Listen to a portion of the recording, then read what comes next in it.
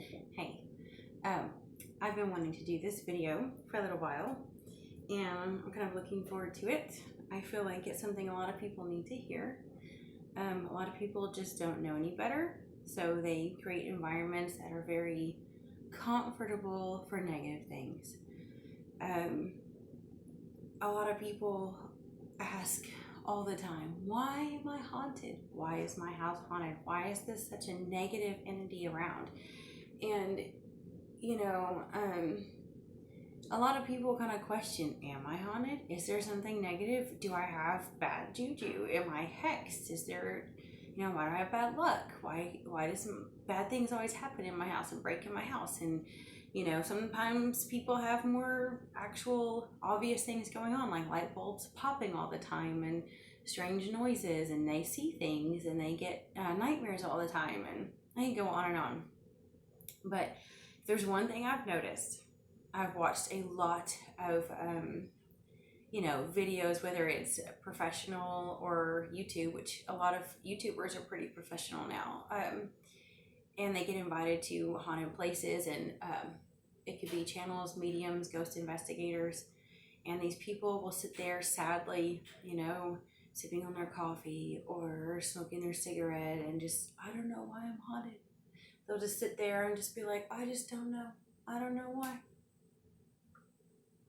why this happened to us. We just moved in and it seems like this place is negative and we keep getting attacked and it's so bad. And granted, yeah, a lot of times you move into a place, there's already ghosts there. A lot of times you stir up and aggravate them. Believe it or not, it isn't all about you. It's not all about me. You have these Christianese, Christian, the super fear-based ones that think every single spirit is the devil. Everything's the devil. Tarot's the devil. Astrology's the devil. Worshiping the stock market or your favorite football team mascot is not the devil. But, anything spiritual or anything they don't understand, which I know there's a Bible verse that talks about this, these base creatures that base everything off of mere instinct, and they insult celestial beings when even Michael wouldn't do that to Satan. But this is what, a lot of religious people do. They are afraid of everything, which in a way is a sick form of worship of evil anyway, when you're fear-based. But enough said about that. The average person, may not sit there and assume immediately it's demonic. I do suggest watch a lot of the old Ed and Lorraine Warren shows that Tony Spiro, whoever their son-in-law is, put up on YouTube to get an idea of how a lot of ghosts are not evil. When I say it's not about you or not about me, it's because a lot of times they don't really want to mess with you. This is what they know. This is where they've been. A lot of times they don't. The movie The Others, even though I do not like supporting Nicole Kidman or her family, if you know more about that, you know. But it was a good movie in showing you how ghosts really don't always see you or feel you or even care that you're there. They've built their own reality. They've lived in their own world for extended periods of time, and a lot of times they want to stay that way. They didn't cross over for whatever reason. A lot of them have their reasons. I've had spirits tell me their reasons before, and I can't convince them to want to cross over. Sometimes they're suicides and they're afraid of where they're going to go if they cross over. Sometimes they had a child die, like a whole family dies of like a sickness, and they feel like that one of their children was too young to understand how to cross over, so they were so afraid that if I cross over, they could get left behind. And there's all kinds of reasons. Some ghosts say, I just want to have fun, I want to stay. When I worked as a ghost tour guide in Galveston, it's gotten really weird down there now, but at the time it was a pretty organized situation. And some of the spirits there, they enjoy it because it's a fun afterlife. Some of them are more in tune with the people and the living people around them, and they love it. They have a blast, actually. They know if they cross over, could I end up having another life? They don't want to take a chance, so they just stay and have fun. Some places are really fun for the afterlife. New Orleans, Galveston, they have a lot of fun. But a lot of ghosts kind of are not all there in the way we would think. Like, they do have their own little reality they've created. They don't have much interest in you or what you're doing. When you move in, if you bring your negativity and your trauma with you, it may instigate and stir up more negative entities. A lot of times where there's hauntings, there can be good and negative ghosts, and you might actually attract more negative spirits with your behavior or your thoughts, the way you treat your house. A lot of times, it's not the house, it's you. It is you. And if there's spirits already in that house and they're minding their own business and you bring something negative with them, that can definitely stir up some conflict. Spirits do not want you bringing demonic spirits or negative entities into their, their private dwelling place. A lot of spirits work really hard to find a safe place to go away from negative spirits, and then here you are, have a whole host of baggage with you and you don't even realize it. A lot of people I see looking for help, when you see inside their home, it's depressing. There's nothing on the walls. They look stained yellow from cigarette smoke. There's no beauty. There's no love. It looks oppressed. They carry oppression with them everywhere they go. The way they dress, the way they talk.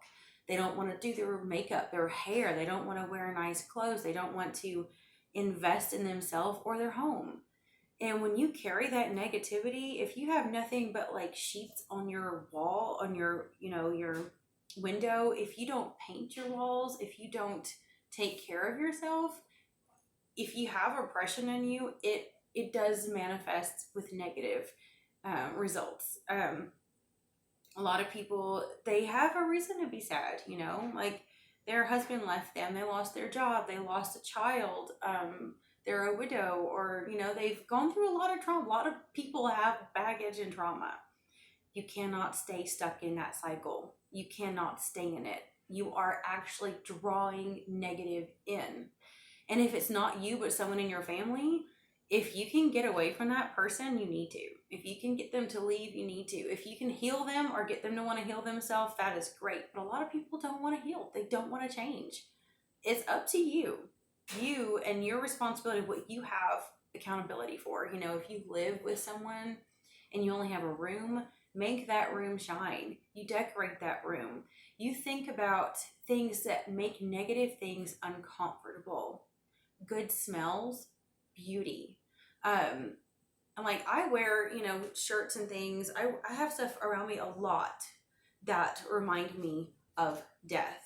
And the reason why I do is because I'm constantly wanting to remember how short this life is. People are shallow.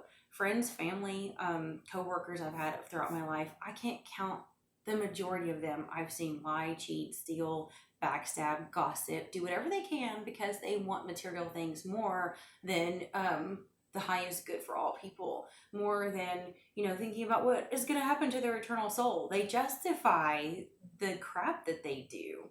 And a lot of times,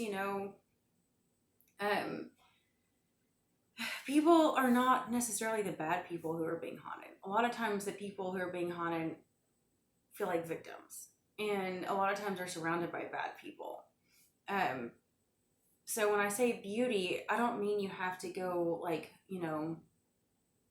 completely religious, and only have crosses and saints on the walls, which that's great. Demons hate crosses. I know from experience. They, more than a cross though, they hate the name of Jesus. They hate praise and worship music. If you want to put that stuff on, I know you may not know Christ, you may not be a Christian. I absolutely love people from all faiths and pagans, you name it. They're amazing people. A lot of Christians can learn a lot from them if they would just learn not to be so judgmental.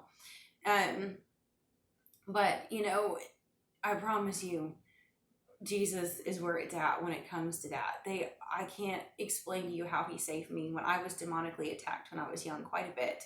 And it did stem from depression. Even though my house had a nice decorated house, and even though I had a pretty room, I did have a lot of clutter in it, but it was my mind. I was depressed in my mind. I had been hurt. I went through assault or molestation, as you would name it, and the depression, the state of mind I put myself in. I did undergo demonic attacks. It was usually in astral and in my sleep. It wasn't like I had a haunting physically in the house, so it was more me. But if you have like any opportunity at all to change the atmosphere in your home, think about oil diffusers, incense, sage is amazing. So is Palo Santo. Do that. Make negative things miserable. They hate love. They hate beauty. Crystals, feng shui actually is great. They tell you where to put crystals and how to get an energy flow. If people that practice it, understand that it actually makes a lot of sense. You don't have to follow it to a T or anything, but just take note of how to make your home flow, how to make things beautiful, how to make things inviting to positive entities, positive spirits, you know. Another thing, and this is something that, needs to be taken very seriously. If you have someone in your house, or it's you, God, I hope it's not you if you're watching this, but if someone's in your house and they are a porn addict, or a sex addict, or a pervert, or think vile thoughts, you are in deep shit. Those, like, flat out demonic things latch onto these people. I've had that happen to me very recently. And when I removed this person from my life, the peace was back. This person had this unbelievable bad luck everywhere he went. Things always broke, things always went wrong, and he was always, oh, I'm a victim. I don't know why these things happen to me. Oh, I'm such a nice, great guy. And when you find out the truth, you realize why. The longer I was with this person, the more my anxiety shot up, the more my health went downhill. My vital life force was sucked out of me. I got sick. I needed surgery. I got overweight. All these things happened to me when I was so I'm a spoonie, by the way. I have gone through a lot of stuff. And I really do think that I have the chronic pain because of all the trauma that I've gone through. And I had removed myself from negative people. It was taking a lot of time to overcome that. And I had almost completely overcome it when this person snuck into my life and, was feeding off of my light. And it's a very difficult thing. I'm sure some of you out there understand. I have Scorpio ascendant with Pluto in the 12th house. And we are actually not only naturally very psychic, but negative things are drawn to us so that we can transmute their negative energy. It's like sick people need a doctor. Moths go to the flame. We pull these people in. It's ridiculous how people say, well, your vibration, attracts them. So you must be negative. That's funny. Sometimes the higher your vibration, the more beautiful your light, the more you attract really, really sick people. So, just be aware of that and ask yourself, is someone in your home or where you work, are they something they're not telling you? Sometimes if you do everything right, if you're thinking positive, you're a beautiful person and your home is beautiful and everything is just pristine and you don't know why, negative, bad things are happening. It can be a direct haunting where you know something evil is going on in your house, or it can be like that trickster spirit feeling where things just break all the time. You keep having what feels like the evil eye or financial slumps or just, constant bad luck. Ask yourself if there isn't someone in your immediate circle that needs to be removed. Someone toxic. Toxic people attract toxic energy, period. It is like begets like. It's not necessarily just that law of attraction where you attract what you try to attract. People always want to kind of manipulate that. It's the simple fact that, and I have actually disproved that on myself so many times. You can believe all the hermetic laws if you want. You can try to manipulate the universal laws if you want. But with manipulation comes consequences, okay? I can't count the amount of times that I had gone out into town And because I actually commune with my maker all the time, um, I would be telling him flat out, I'm moody. I'm in a funk. I am not in a good mood. Ugh. I go out and like so many people are so sweet and so kind and so bright and so shining that all of a sudden I'm like uplifted and I feel better when I come home. I've had so many times when I go out and I am um, full of joy and positive energy, and I'm going to, spread my light out there. I'm gonna be great. And I run into like ugly after ugly after ugly. Those people that like they look at you in the store and they go, "Bleh," and then they follow you. Like no matter where you go, they're like they keep following you, and they're like, "Why are you in my way?" And it's like you're actually like drawn to me. You just don't even realize it. Like your mood, you know, you're focusing on me, so you keep finding me. Just shush along. But I mean, I guess God has shown me so many times how like attraction doesn't always attract the same. It really doesn't. I think some people are fooled into that because your spirit's being tested. But that's I guess for another show. Um, but I want to ask you sincerely, look around your home. Is it oppressed? Are you living oppressed? Are you thinking oppressed? Are you bitter? Are you resentful? Are you angry? Are you hurt? Are you, in like a mourning like this? Are you like groaning inside with this pain and agony from a loss? Are you staying stuck in that loss? Find a way out because you're going to draw in more and more and more negative until you do. Where is your hope? Where is your light? Find that light in your eyes again. You find that hope, and I mean it. You do it. This is what my grandmother told me before when I had no light left in my eyes and I was so depressed and I was so hopeless. And that woman had been through hell and back. She's had a son murdered. She's lost a baby. She's lost so many things in her life.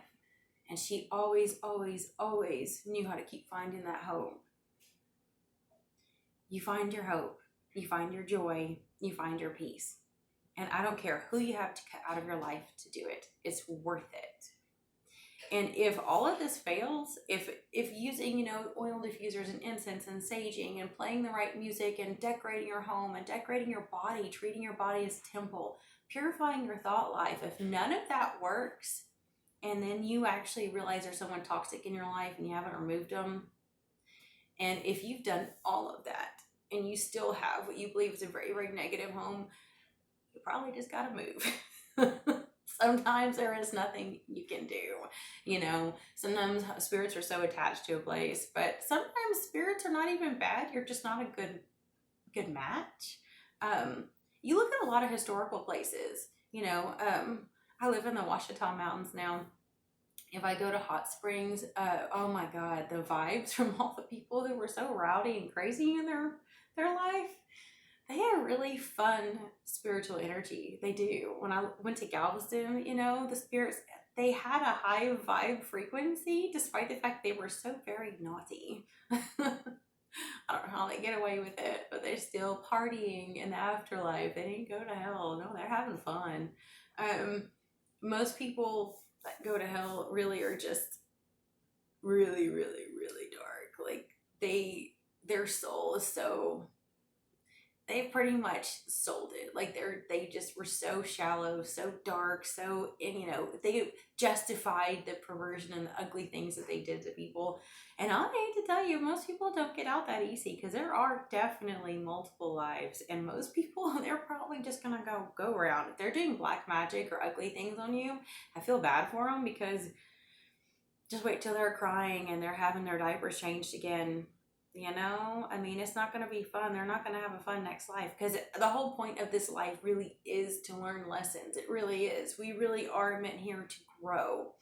I think I had heard Tony Spira say on a very recent video, which I really liked. He had mentioned something about how we're here because we have so many emotions. God created these emotions, We all have them. Jealousy, hate, rage, anger, you name it. And we're put through things in life to kind of pull that out of us and to mature spiritually. I actually think that's very true. It makes a lot of sense.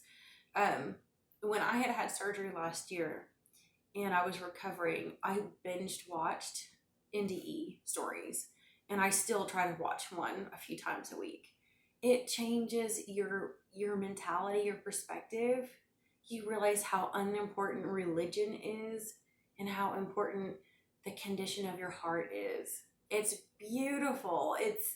I mean, you're set so free. The truth does set you free. It does. It reminds me of where our priorities are at. And I've definitely heard people say with NDEs that, they have actually remember people from past lives when they went to heaven. They actually hugged and got to be around people they knew from past lives that they didn't remember. And I remember quite a few of mine way too well. And I've spot, karmic issues. Ugh. The most recent one, like I knew, like, yeah, it, I don't know, maybe it's my last life. I hope. I really have no interest in going through this again. So maybe that's why I'm remembering everyone, so I can kind of fix everything and kind of, tweak it and kind of get this over with. But yeah, hell really was never intended for people. It was intended for demonic things, for fallen angels, for things that were so evil and wicked. It torments us. These things want to torment us. They want to torment you. There's no one that gets out of this free. Every single person in this earth is God. Just like you may have ministering spirits in heaven assigned to you. We call them angels, that's not technically accurate. Angels is the term we use, but they're ministering spirits from heaven. Some people call them spirit guides. You do have to be careful with some of these psychics because they're not communing with spirit guides. They're communing with a familiar spirit, which is earthbound, which gives them a lot of information that makes them have advantages on the lower planes, but it is not a heavenly spirit. And there's a big difference there. But just like we have ministering spirits in heaven assigned to us, I promise you, evil assigns a few demons to us too, to try to hurt us and bring us down. You have no idea how something tried to stop me from making this video. Did not want me to help you guys out. And I have gone through so much stuff. I know the house I moved in here, the ghosts let me know that they were here one time. They've never really bothered me much. I think a few times when I was changing things up in the house, remodeling a little bit, a lot of the light bulbs were on. I flat out told them, I said, look, if you guys have something to say to me, you're going to have to do it the right way, not like this, because I'm just not going to tolerate it. And, you also have to ignore a lot. When ghosts throw fits, you have to ignore a lot of it, because if you give them a lot of attention, you feed that negative. It's not always, they're not always seeing it as being negative. A lot of times if it's a child spirit or just a very, energetic spirit that wants attention, they might, kind of act up a little bit when you change things. There was one haunting thing I watched, I don't know, somewhere on the, island somewhere. And it's like, these people had done everything, exercised the house, had priests bless it. They could not get rid of the hauntings, and they had remodeled it. These other people move in later, they restored it back to its historical condition. Peace. No trouble, no issues with the ghosts. Because probably it was a good match. They got along. Anyway, I've lived in a haunted house when I was a kid. It's so funny because a spirit lady actually bought our house after that. That's another long story. But I had been told when I was younger that I was a natural channel and that spirits are drawn to me and they see me as a light. Like in the spirit realm, spirits actually literally see me as like this glowing light. So they just naturally follow me around. So I've actually had to deal with, all kinds of stuff throughout my life. I've seen all kinds of cryptids, you name it. I've been there. UFOs, it all. I am one of those that seem to attract all the weird stuff. So that's what I wanted to do with this channel, is go over everything. People are so split and divided. You either have the metaphysical New Age movement, or you have the cryptidy people over here, you have the paranormal people over here, the really religious version of it over here. And I'm like, whoa. We need to combine this stuff up and actually get educated and realize that, this is all tied in. It all matters. I want to talk about the cryptid, talk about UFOs, talk about spirits, talk about metaphysics like astrology and tarot and things. And I know I've seen people that watch, the Warrens and things, and they'll say, that tarot can bring in spirits and everything. Ouija board, yes. Ouija board most certainly can, because you're actually calling them in. That's not what tarot's about. People that think that tarot and oracle cards are doing that, they don't know much about tarot or oracle cards. or history. I mean, you look at the Urim and the Thummim that was in ancient Israel, it was basically oracle cards or tarot cards. It was just a yes or no from what we hear, but they literally did commune with spirit through it. They used it to ask, should we go to war or not? I mean, come on. It literally happened. So, those without many counselors are fools to go to war without it. That's what tarot is. It's just a bunch of like archetypes that give you information. It's like counselors. It helps you learn. It helps you grow. It works on the law of one. We're all connected. It's no weird frou-frou stuff in it like people think. It really, we'll get into all that too.